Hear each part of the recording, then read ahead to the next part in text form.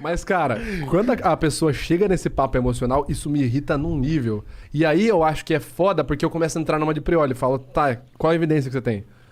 E aí é o perigo. Porque quando você vai comunicar ciência, ou quando você vai comunicar um ponto e você tem preocupação com aquele ponto ser percebido, você pode passar o ar de arrogante, que é o que eu entendo que muita gente viu da Prioli.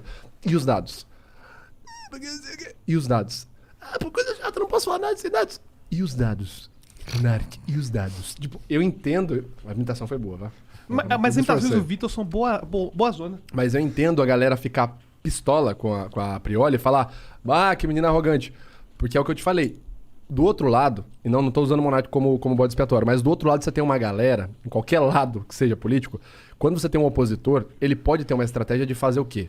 Engajamento emocional. Pô, mas e as crianças? Pô, mas eu não sei o quê. E aí você chega e fala assim, cara, tal coisa, tal, você dá um dado.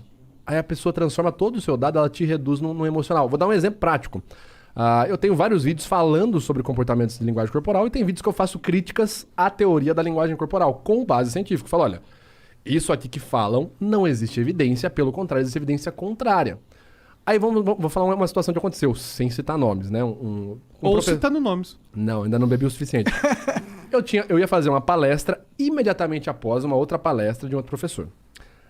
No discurso, enfim, na palestra dele, ele falava assim, olha, se a pessoa, se ela tocar muito no seu ombro, quer dizer que ela tá muito animada, porque o ombro é uma região lá, e aí se a taxísica aumentar, quer dizer que a pessoa tá demonstrando, então isso é um sinal de paquera positivo.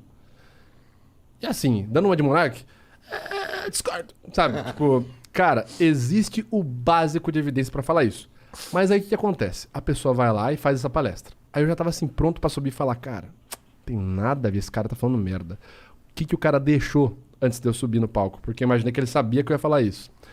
Inclusive um aluno meu, ele era cego. E sabe o que ele usou na paquera? O que ele conseguiu usar na paquera? O toque no ombro, porque ele sentiu o toque. E quando ele sentiu o toque, ele sabia que a menina estava afim dele. E por isso, esse aluno meu, que era cego, conseguiu ter sucesso e se casar com essa moça. Caralho. Aí eu subo e falo, porra, essa porra não funciona, não tem sentido. Ah, que arrogante do caralho, você não tá nem aí pros cegos, seu merda? Você entende o perigo que é essa linguagem emocional? O cara te levar no papo emocional? Porque aí você vai lá e fala assim, foda-se o cego, né? Eu não vou falar isso, obviamente, né? Pô, esse cara que não se enxerga, tipo, eu não vou falar isso. Eu vou falar assim, cara, não existe evidência pro que esse cara tá falando. Mas aí eu sou transformado automaticamente no Vitor que não tá nem aí com o cego, porque a experiência pessoal do cego não conta. E aí, Vitor? E, consequentemente, isso valida a ideia do cara que não tem validação nenhuma. Você entende o perigo, cara? Bom, no caso do Monark, ele tinha razão, realmente. E detalhe, essa situação da Prioli é muito boa. Eu posso defender o meu amigo Monark? Duvido. Na verdade, Monark, ele tava fazendo uma coisa interessante, que é o seguinte.